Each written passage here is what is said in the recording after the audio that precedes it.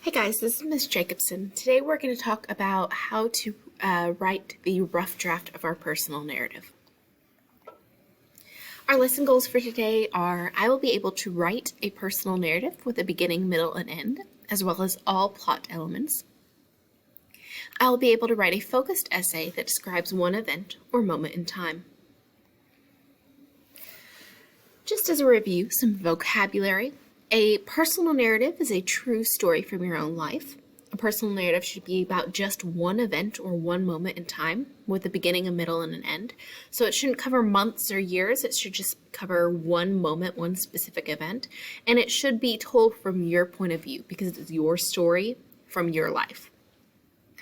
An external arc is the physical events of the story, what happens to or outside the character, the general things that happen in the plot. The internal arc is the character's emotions, their thoughts, or their reactions to each part of the plot. It happens inside the character's heart or mind. So especially with the dynamic character, this is how the character reacts to each thing that happens and how they change or how they feel because of it. In your Canvas, you will find this video. We've already watched the story, so you're going to start this video at 9:46. And Jack will actually walk you through the plot for the Zippy the Roach story and explain to you how you take an outline or a memory or a plot diagram and turn it into a good story. So make sure you go in and you watch this video. You can pause the video that you're watching now and come back to it, but you're going to start it at timestamp 9:46.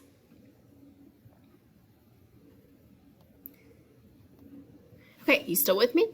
So, if you just watched Jack's video, you will notice that he talked about characters, setting, problem situation, action and plot, crisis, the resolution or the solving of the problem, and the physical and emotional end. Again, if you didn't watch Jack's video, you need to go back and watch it because he's going to give you the definitions for these and show you how to fit them in the story. Today, when you write your personal narrative, you're going to take your plot map and turn it into a story, but your story should include all of these story elements. So, you should have already filled out a plot map. When you go to write your personal narrative, whatever you put for your exposition should be where you introduce your characters in your setting. Wherever you put your inciting incident, that's where you're going to introduce the problem, the solution, the problem, the situation. Plot is going to be all of your rising action, what happens before you get to the crisis point. The crisis happens during the climax. Solve the problem. That's the following action. How do you deal with whatever happened during the crisis? And then the physical and emotional end of the story is your resolution. Everything that you filled in on your plot map when you pre-planned your personal narrative should correspond with these elements. If you're missing some of these elements from your plot map, then you need to make sure that you add them in as you write your rough draft today. So here are your instructions. Using your plot map as an outline, turn your memory into a personal narrative. Write your personal narrative as a story with a beginning, a middle, and an end. Describe what's happening like you would read it in a book. Use dialogue, describe things, write from one character's point of view. Make sure to include all of Jack's elements of writing. And just to kind of give you an idea of what this should look like, this is a 4th grade personal narrative, so it's a little bit simple. I would want something a little bit more complex from you.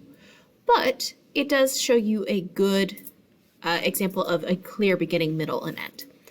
So this is called Mashed Potato Pizza. It's a 4th grade personal narrative. It says, "My grandpa always tells me that people who laugh at their own mistakes will get everyone else to laugh along with them. Yesterday I learned that he is right." "Stay in line," Mrs. Martin said. I knew right away that my friend Naomi wouldn't be able to cut. I looked at Naomi and frowned. Soon the line began to move faster, and I followed along, hoping that there would still be pizza. Okay, so we've just introduced our characters, Mrs. Martin, Naomi, and the narrator. Our setting, the cafeteria lunch line, and the problem. She wants pizza. When I reached the counter, I looked at the choices. I could only see chicken and mashed potatoes, macaroni and cheese, and fish. I could hear the rumbling of my very disappointed stomach. Then, out of the corner of my eye, I saw one last piece of pepperoni pizza. I got so excited.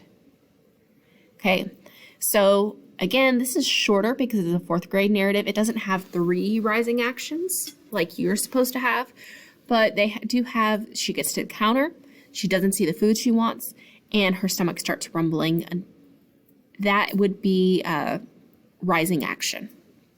Then we get to the middle. This is where we're going to hit our crisis point. Pepperoni pizza, I said politely. Mrs. Martin handed me the pizza. I took the paper plate so quickly the pizza slid off the plate. I tried to save it, but the pizza landed in the pan of hot, buttery mashed potatoes.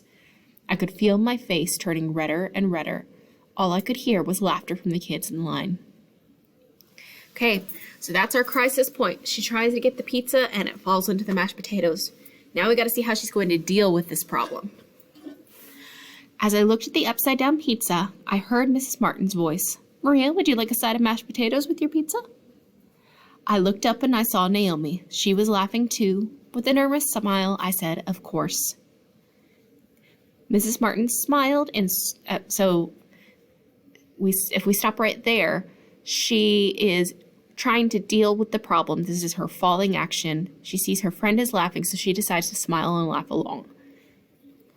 Okay, then we get to the ending. Mrs. Martin smiled and scooped the mashed potato pizza on my plate. I looked around at my friends and we all laughed again. That's our physical ending. That's where the story physically stops. But our emotional ending, I never really believed my grandpa until I saw my friends laughing with me. The laughing made me feel good instead of just clumsy. There's our emotional ending to this story. So make sure, this is a good example, even though it's a little bit simple and you need a little bit more rising action. Make sure that you have all of those parts of your personal narrative in your story as you write. This is just your rough draft, so you can always go back and change and add things later. But you're going to want to try to make sure you include all of the plot so you have less work to do when we revise and edit.